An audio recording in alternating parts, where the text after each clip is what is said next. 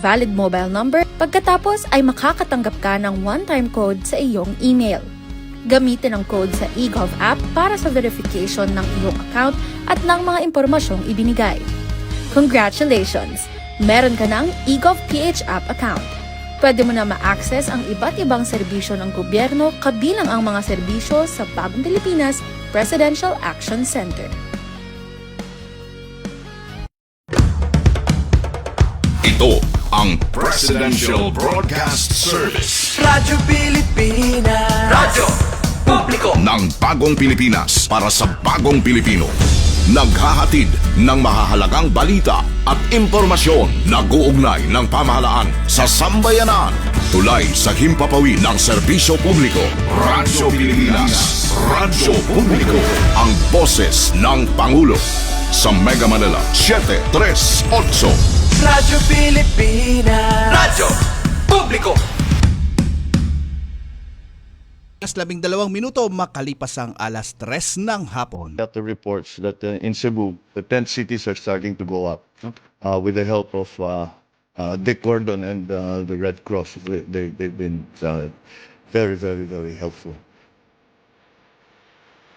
Malaki ang progreso. Malaking tinulong ng Red Cross. Kaya nandito ang ating chairman, the former Senator Dick Gordon. At kung makita ninyo, maraming tent dito galing talaga sa Red Cross, pati yung mga relief food na galing sa Red Cross. Ang bilis. After one day, nandito na si chairman eh.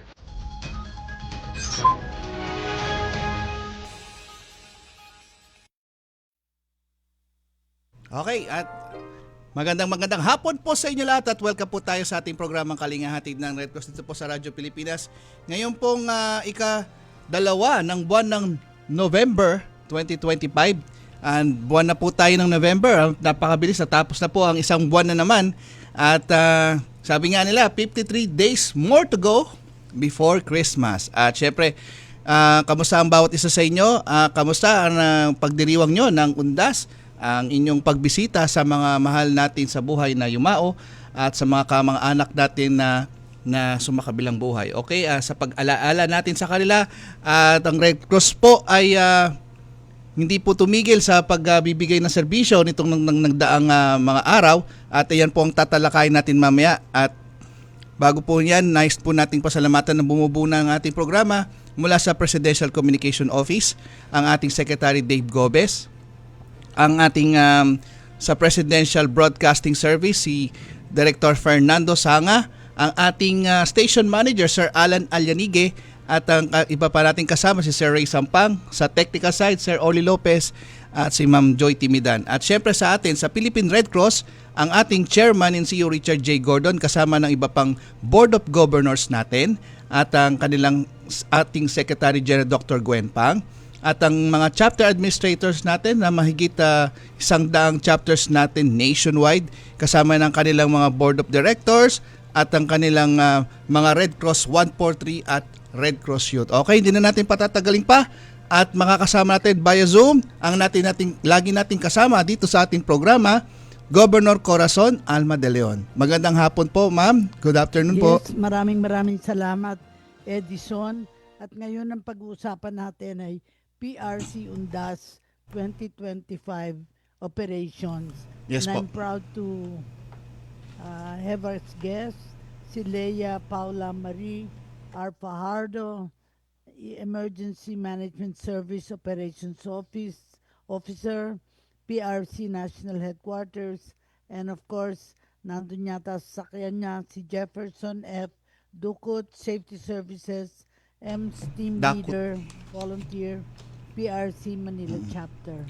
So sa pagpapatuloy natin ay nais ko munang basahin ang opening prayer na binabasa ko dito sa ating programa. This season, let us reflect on the beauty and majesty of our earth. May we open our hearts to the call for a universal communion with all of creation and embrace our guardianship of nature. I pray that each one of us, in our own small ways, answers the call to care for our only home and to preserve this unique gift, a manifestation of God's unending universal love for generations to come. May love, kindness, and peace be upon us all. At tamang-tama, nandito na ang ating representative ng National Headquarters, si Lea Paula Marie R. Fajardo. Emergency Ang unang tanong medical sa service. iyo, ano-ano ang mga naging preparasyon ng PRC ngayong UNDAS 2025? Go ahead, Lea. Yes, good afternoon po. Good afternoon po sa lahat ng nakikinig at nanonood, no? So, ang naging preparasyon po ng ating mga chapters is bukod dun sa mobilization ng manpower nila, ng ating mga chapter volunteers, syempre naghanda din sila ng kanilang mga first aid kit, and at the same time, yung ating mga ambulance. And syempre, inorient po nila ang kanilang mga volunteers sa parating na undas. So, dito po, nagbigay po sila ng orientation para po doon sa kanilang magiging mga stations at kung saan-saan yung kanilang mga stations. Thank you very much. Of course, nandito na si Jefferson F. Ducot, Safety Services, Dakot. M-Steam Leader, PRC Manila Chapter. Ilan ang mga volunteer first aid stations at ambulansya ang na-deploy ninyo? Go ahead, Jefferson.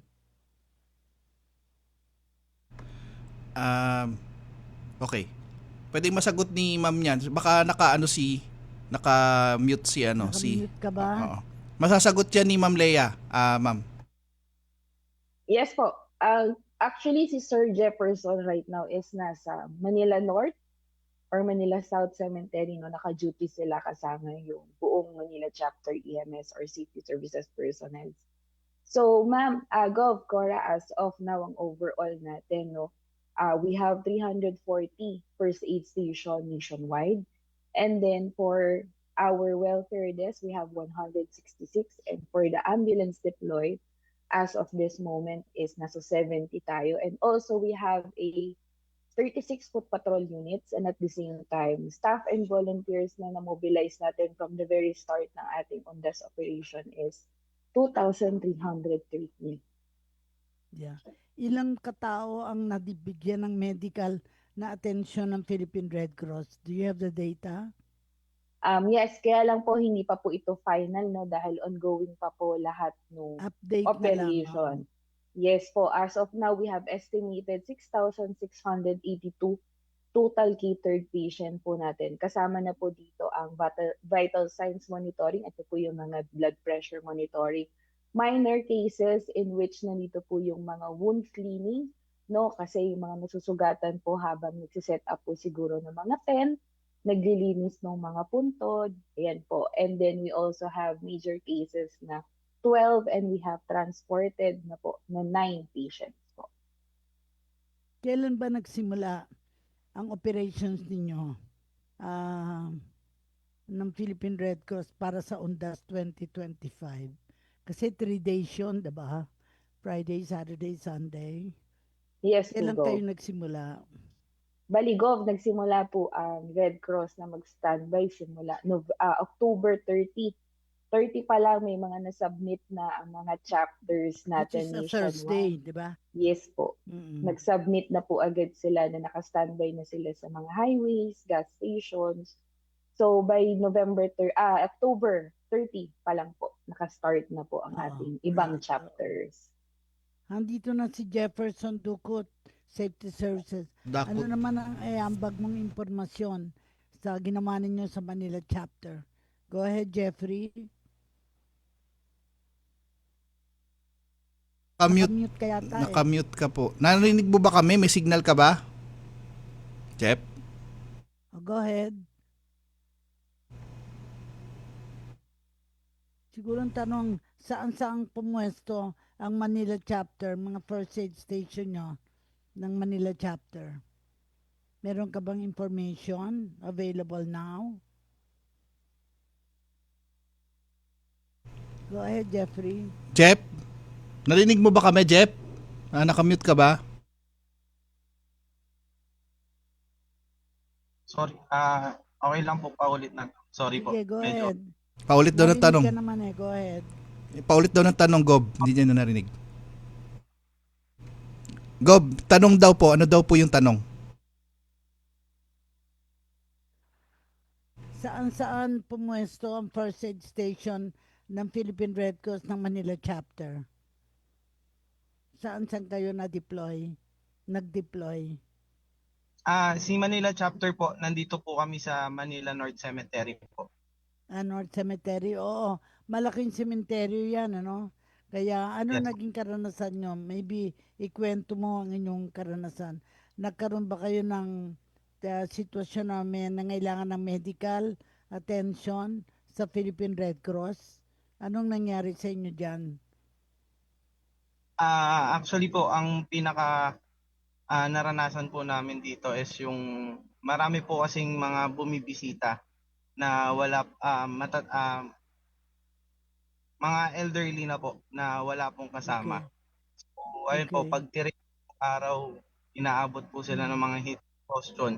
At the same time, wala po silang kasama and wala po silang mga dalang gamot. So, ayun po yung nagiging problema natin. No? Oo. So, So, clear, po natin po. ang naging pangunahing insidente nyo ay bigyan ng medical attention ang mga nagpunta sa Chinese cemetery. Am I correct, Jeffrey Manila North. Jefferson? Manila North po. Hindi, na kailangan ang nangyari dyan sa Chinese cemetery, mga walang kasama, yung mga nagbibisita dyan, and therefore needed some medical attention. Am I correct, Yes po, yes po. Jefferson? Yes po. Okay. Saan naman kayo pumwesto? Yung Manila chapter, first aid station nyo. Saan kayo pumwesto? Bukod sa Chinese cemetery. Alam mo ba? Sorry po. Saan? Ang first aid station po ni Manila chapter dito po sa may Manila North Cemetery is nandun po sa may unang circle, bungad po ng sementeryo, and yung pangalawa pong first aid station is nandito po sa dulo. Naka-station po siya sa tabi ng puntod po ni Manuel Rojas. Okay.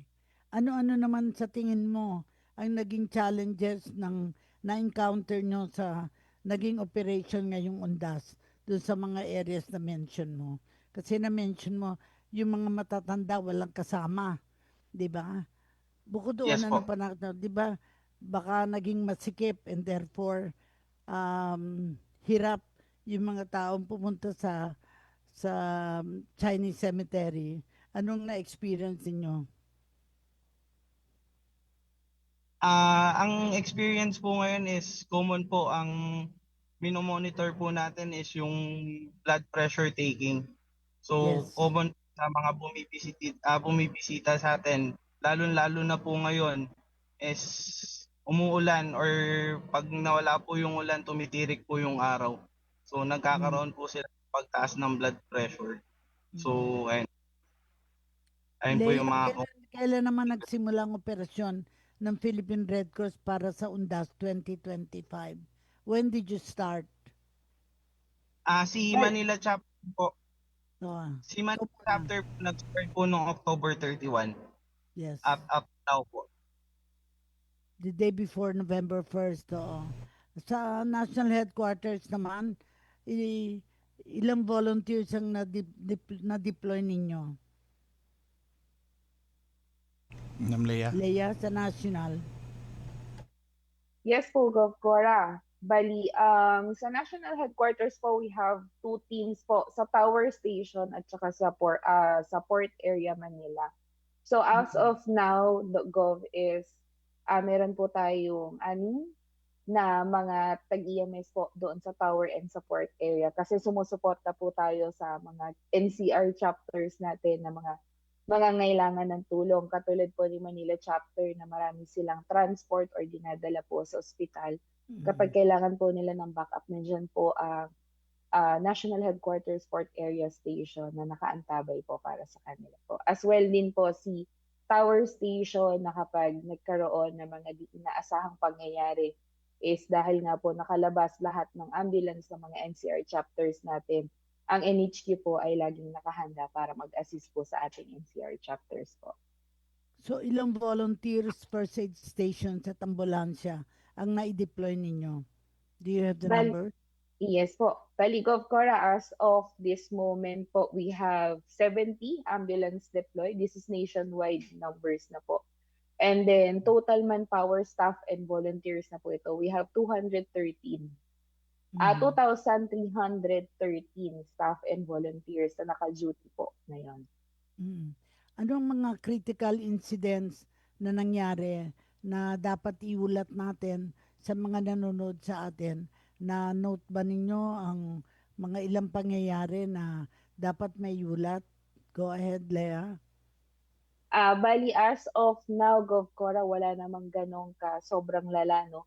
Pero more on po ang mga tinatransport ng ating mga chapter is dahil po sa heat exhaustion. Katulad nga po ng sinabi kanina ni Jeff na iinit, aaraw, iinit. Iinit, uulan, iinit, Yes. uulan. So, paiba-iba po. So, ang nangyayari po is nagkakaroon sila ng mga immediate transport kasi nga po, mostly po nung mga dumadalaw, tulad po ng sabi ni Sir Jeff kanina, na nakikita din po namin sa balita is mga elderly. So, yun po yung mga common na nagiging pasyente o nagiging kinikiter nila na kinakailanganin dalhin or kailangan ng medical assistance na sa hospital, sa pinaka-nearest hospital na meron tayo dito sa NCR po. Ako nga, 84 years old sa Manila Memorial, I was advised not to go because unang-una traffic at saka people have to walk and I'm walking with a cane. So I decided to forgo and just pray at home. Pero siguro kung ikukumpara natin ang undas nung 2024 at undas ngayon, ano ang difference na nakita mo? I think it is more organized. At saka, for instance, sa Manila Memorial, parang hindi nila pinapasok ang mga sasakyan sa ibang lugar para wag magka-traffic sa loob. Anong naging experience mo, Lea at Jeffrey? Ang kaibahan ngayon from last year. Govcora, bali nung kung 2024, I think yes, mas organized po ngayon and nakita ko po, base sa news po is talagang may mga mahigpit na ipinagbabawal na po ang LGU natin. No, na mga dadalhin, pati po yung sa mga age. Kasi kung talagang katulad po namin dito sa National Headquarters na minomonitor lahat ng mga patient na nakikater nationwide, nakikita po namin through numbers na mas mataas po yung catered last year compared to today, no? Na kahit pa paano is medyo kontrolado pa. Yan po yung na-experience namin dito. Siguro magandang basahin na natin ang message ni Chairman Dick Gordon na Edison before we move to the next part of our program. Meron po akong siyang message. Nasa inyo po. Sige. Ang sabi niya, huge salute to our volunteers and staff this Undas 2025. Our team began their duties as early as 2 o'clock a.m. and end their day close to midnight, tirelessly serving in different locations across the country during the year's Undas operations. Volunteers are also on foot patrol, roaming around their assigned areas to provide further assistance to people in need, on top of the ambulances and first aid stations on standby at PRC. Teka na, iko-continue ko na lang ito maya-maya, Edison, but we can stop now for station ID. For ano pang balita. Meron po tayong Edison. magbabalik po tayo sa ilang mga paalala pero meron po sa pagbabalik po natin, Govcora, meron po tayong balita. Hatid po yan ng Philippine Red Cross Communication Department, ang PRC News Flash. Magbabalik po tayo sa ilang mga paalala. Itinuloy na po natin ang zero balance billing. Libre po.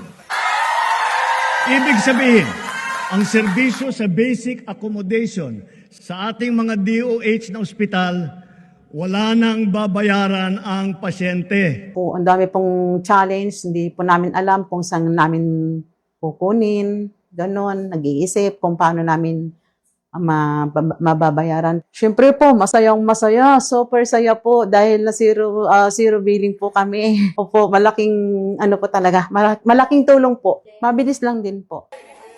Bayad na ang bill ninyo. Uulitin ko, wala nang kailangan bayaran ng pasyente basta sa DOH Hospital dahil bayad na po ang bill ninyo. Naiiyak ako kasi sobrang saya. Maraming salamat po, Mr. President Bongbong Marcos Jr. Hindi kami nagkamali ng taong ihinalal. Magandang araw, si Ding Dong Dantes po ito. Nakatira ka ba malapit sa dagat? Uy, sana all by the beach. Pero alam mo bang at risk kayo sa storm surge o daluyong ng bagyo? Storm surge ang tawag sa malalaking alon na nabubuo dahil sa malakas na hangin. At hindi lang ito basta-basta alon na. Pwede itong lumaki ng katumbas ng 2 palapag na bahay.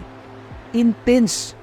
Kaya naman, kung may banta ng storm surge sa inyong lugar, mag-evacuate na agad bago pa man dumating ang bagyo. Hindi na kailangan magpanik dahil #panatag ang may alam. Maging panatag Pilipinas. Dahil sa sunod-sunod na balita ng mga lindol sa bansa, madalas naririnig natin ang mga terminong magnitude at intensity. Pero ano nga bang pagkakaiba ng dalawa? Ang magnitude ay ang sukat ng enerhiya ng lindol. Sinusukat ito gamit ang mga instrumentong seismograph. Samantala, ang intensity naman ay ang sukatan ng epekto ng lindol. Kung gaano kalakas ang naranasang pagyanig at pinsalang dulot nito sa mga tao at istruktura. Magkaibang datos, pero parehong mahalaga. Katuwang ang Radyo Pilipinas, dapat alerto publiko.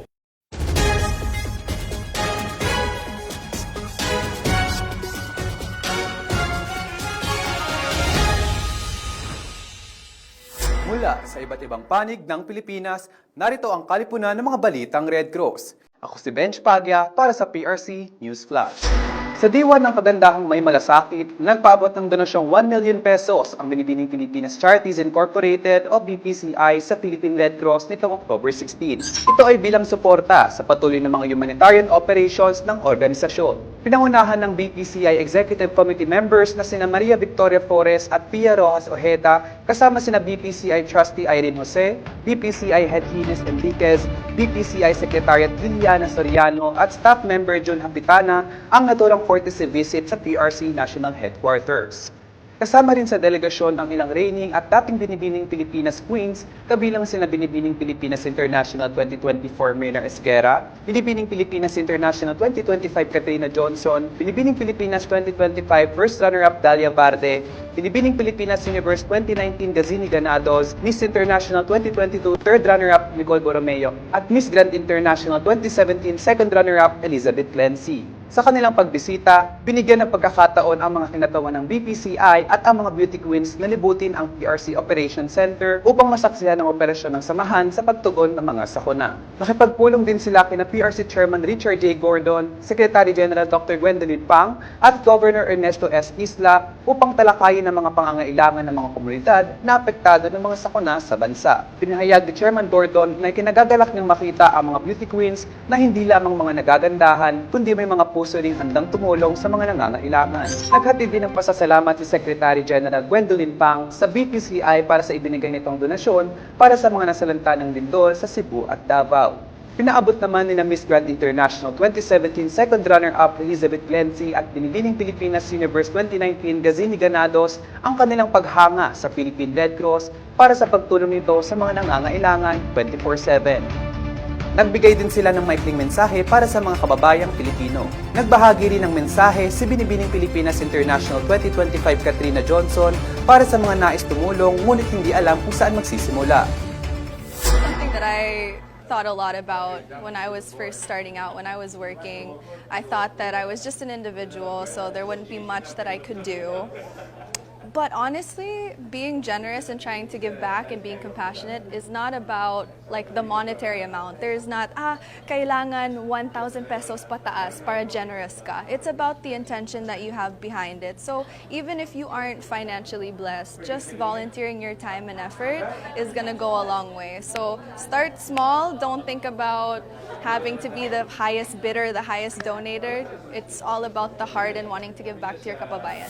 Patuloy ang Philippine Red Red Cross sa taus-pusong pananawagan sa lahat ng mga may nais na tumulong sa mga naapektuhan ng lindol sa iba't ibang bahagi ng bansa.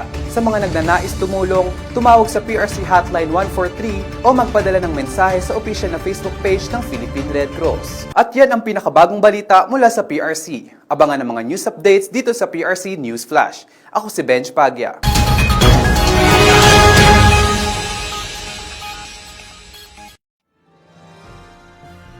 Hello, sir. Ayun. Okay, nagbabalik po tayo bago po tayo magpatuloy do sa ating talakayan about sa UNDAS operations. Sabihin lang natin to, yung ating balita tungkol sa dugo. Blood inventory as of November 1, 2025, galing po to sa National Blood Center. Tayo po ay nakapagbigay na po sa pasyente ng 240,723 na units ng dugo at nakapag-dispense po tayo ng dugo na 502,552 as of November 1 po yan. Iba-iba po yan, ha. Meron pong type A+, na B+, O+, AB+. Ayan po. Gov Cora? O sige, ito ang message ni Chairman Gordon na naantala ang aking, naputol ang aking pagbasa. Huge salute to our volunteers and staff.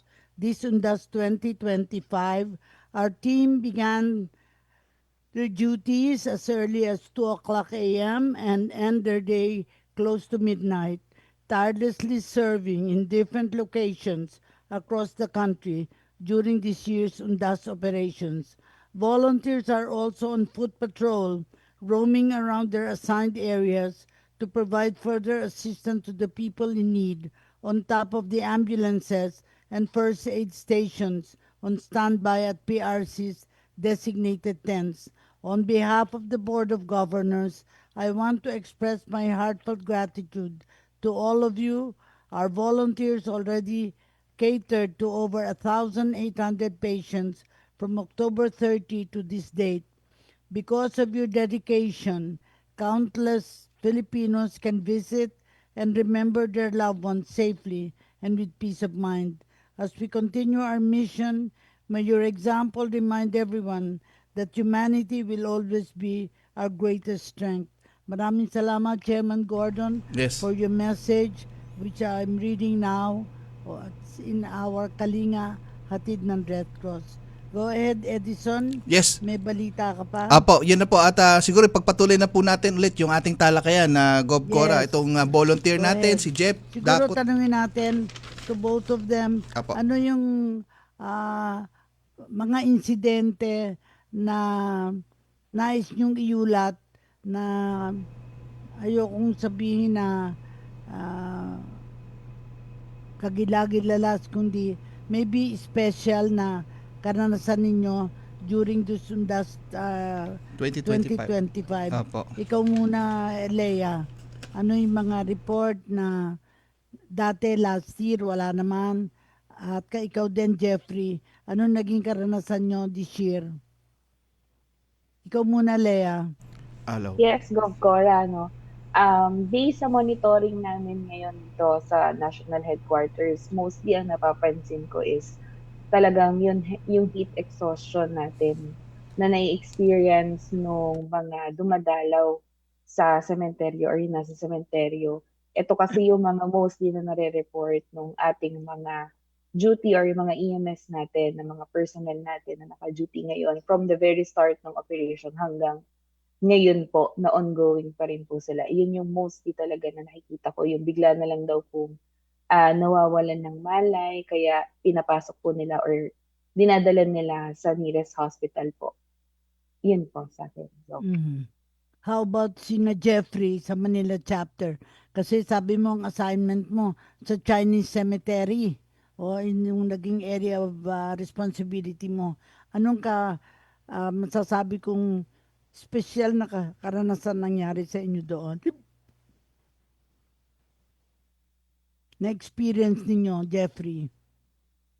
Maraming tao, may mga, sabi mo kasi kanina, yung mga matatanda na walang kasama, kailangang alalayan. Bukod doon, ano pa naging karanasan ninyo? Sa ngayon po, ma'am, ang naging karanasan po natin is kung ano po yung kinakailangan talaga ng tao is agaran po talaga natin binibigyan ng action. Kung may manghingi po ng tulong na meron daw pong nahimatay sa ganito is agad po tayo nagpapa-deploy talaga ng volunteer. Kahit isang nicho, dalawang nicho pa po ang hakbangin ng volunteer natin is talagang pupuntahin po natin yan. Mm. Actually, dapat yung mga matatanda certain areas na lang na pwede nilang puntahan yung hindi mahirap. O kaya merong mga sasakyan, maybe tricycle, madala sila sa loob. Pero syempre, gagastos pa sila. Usually, at saka sa kainitan, medyo nagbabansang, nagbabantang ulan. Syempre, kailangan may payong kung sakaling ano. Pero yung dami ng tao ay hindi naman nababago yun. Talagang maraming tao. Although inabot ng 3 araw Biyernes walang pasok, Sabado, Linggo. Kaya medyo na-distribute yung mga tao sa aking palagay dahil namili sila kung pupunta sila ng Biyernes, Sabado o Linggo. Opo. Sa kasulukuyan. But in either way, talagang pinupuntahan ng mga tao. Special talaga ang undas para sa mga Pilipino dahil kailangan puntahan lang yung mga kapamilya nila na namatay na una sa kanila at gusto lang makapagdasal.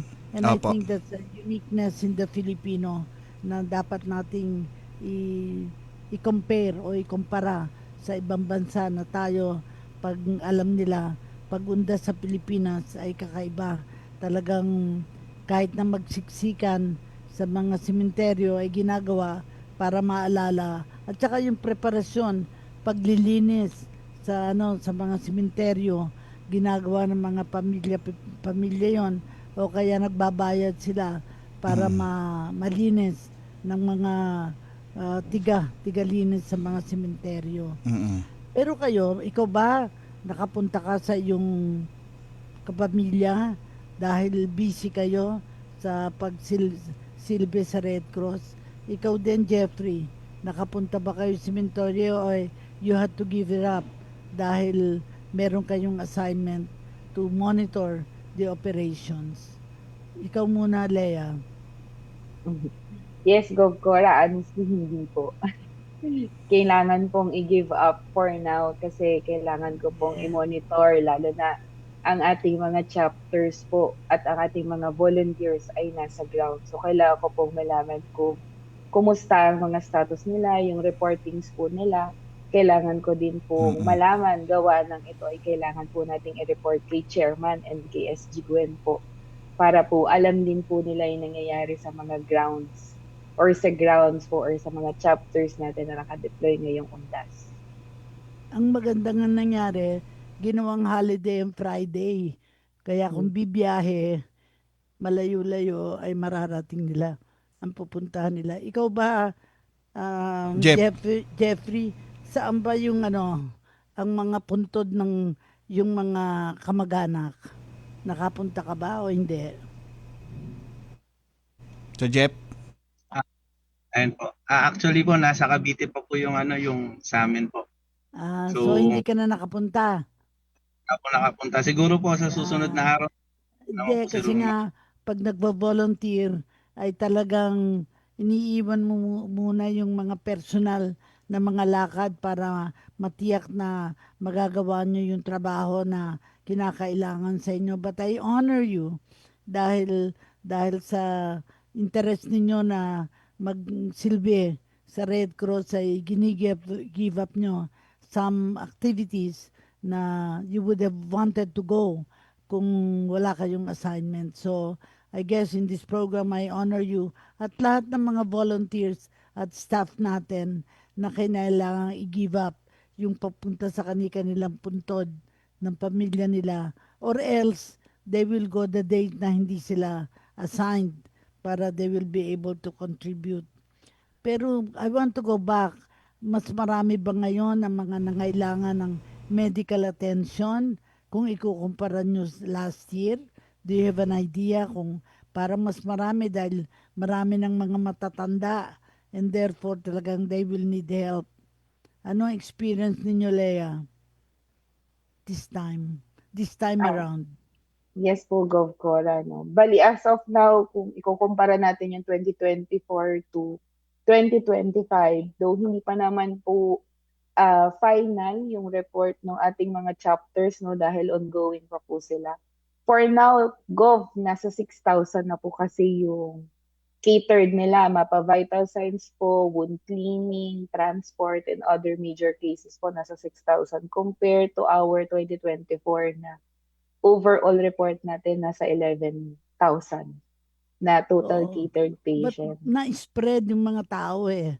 Dahil Yes Friday, po. Saturday, Sunday, medyo maraming makapunta but in designated areas at on the basis of their own kumbaga time that they can make themselves available. So medyo yun ang magandang nangyari. A longer period from which they can decide when to go and on the basis of their free time. We have about 10 minutes left. 5 minutes na Edison, lang. Five- Meron pa bang mga reports? 5 minutes na lang. Tinanggap tayo. 5 minutes na Go lang. ahead, Edison. 5 minutes lang tayo, Gov Cora. Actually, isa pa sa mga na-obserbahan natin na meron tayong na-report yata ng mga na-cater natin na nakagat po yata ng hayop, particular po yata aso. Yan ay na-respondihan po yata ng ating isa sa mga chapter natin. Pwede yata maulat ni Ma'am Leia. Go ahead. Yes po, actually, nagugulat din po kami no, na may pumapasok na report regarding sa mga dog bites or yung animal bite po. No. So, ang nangyayari po siguro, nung itinanong nga din po ako ni Sir J. Lord ng ating City Services Manager, ang sagot ko po sa kanya is, I think ito po yung mga stray dogs or yung mga nakakalat, yung mga palaboy po na mga aso, no. Kaya po siguro habang naglalaro or naglalakad, may mga nakagat po tayo na naging pasyente po and at the same time may mga nakalmot din po. Ayan po. So yun po yung yun po yung medyo bago ngayon sa aming undas. Kumbaga dagdag balita, ano? Dagdag balita. Yes po. Yun po yung inassure naman namin kung ito po ba ay pet or stray dogs po or stray cat po. So ayon po doon sa mga EMS personnel natin or mga volunteers natin on the ground, ito daw po is mga stray dogs and cats po. Yun po yung mga first time namin na-encounter ngayong undas operation po. Yes, yes. Pero wala naman yung mga na-hospitals. I think yung na-hospital yung talagang dati ng may sakit. Pero inabot na sa init o sa hirap ng paglalakad, kinailangang dalhin ng emergency. Na-deploy nyo ba yung inyong mga mga Ambulance? emergency vehicles Yes, meron. na gamit ninyo? Marami. Yes po. Nakalabas po lahat ng ating ambulance po, Gov Cora. Yes po. Nakaresponde din po sila. Actually, Well, kailangan din nating i-support ito dahil meron tayong safeguard na nagbibigay ng opportunity na magamit yung ating mga ambulansya at saka mabigyan sila ng dugo. In the future programs natin ay tatalakayin natin ang mga detalye tungkol sa ating safeguard dahil ito yung panghawak natin na pandepensa sa mga maaaring emergency na harapin ng mga miyembro na may kahandaan na tayo kung ano ang itutulong. Edison, meron pa ba tayong Apo, idagdag na lang po natin kay Ma'am Leia kasi po Gov Cora, mag-uuwian na ang mga umuwi ng probinsya ngayon Yes. at syempre busy po yung mga terminals natin at nandiyan din po ang ating Philippine Red Cross. Yan, baka may mga safety tips po si Ma'am Leia para sa mga babalik po ng kanilang mga probinsya o babalik dito sa Maynila.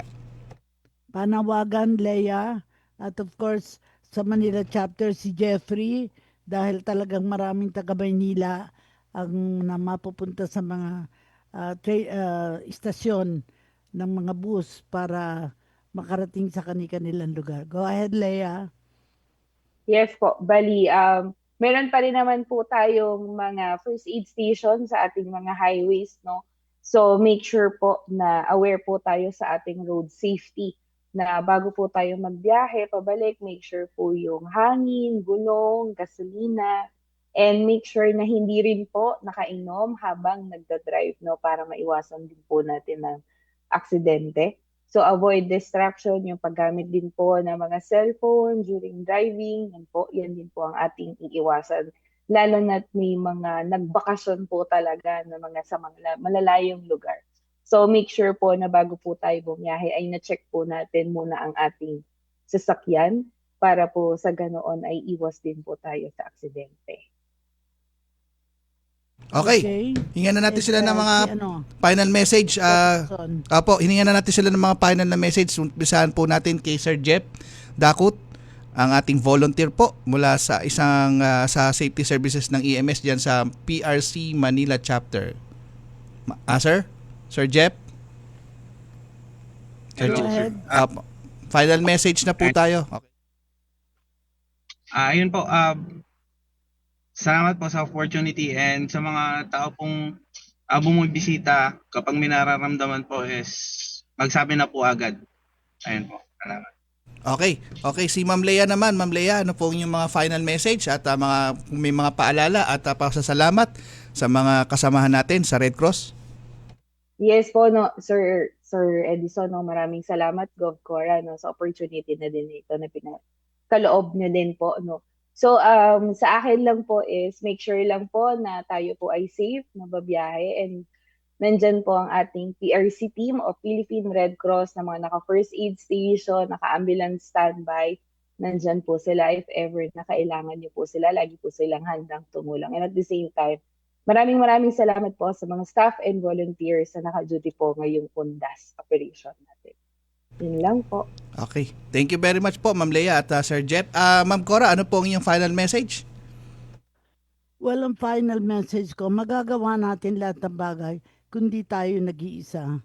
Kaya sa Red Cross, always first, always ready, always there, tumutulong sa mga mamamayang higit na nangangailangan. Maraming salamat sa inyong pagsuporta sa ating programang Kalinga, hatid ng Red Cross. Go ahead, Edison. Okay, at pinapasalamatan ko rin yung mga kasamahan nating mga staff at volunteers dyan sa ating Operation Center at nakatutok sa ating programa. Magandang hapon sa inyo lahat at thank you very much sa inyong service. Siyempre sa lahat ng mga naka-duty ngayong simula pa noong October 29 hanggang sa mga oras na to, hanggang bukas, tayo po ay patuloy na magbibigay serbisyo. At yan na po ang ating Kalinga Hatid ng Red Cross sa Radyo Pilipinas, Radyo Publiko ngayong ika-2 ng Nobyembre taong 2025. At susunod na po pagbabalita sa hatid ni Sir Albert Sebastian at kasunod yan ang programa ni Vance Fernandez, Pulso ng Pilipino. Ito po si Edison Enriquez. Oras sa mga taga-Operation Center, 6 na minuto bago mag-alas 4 ng hapon.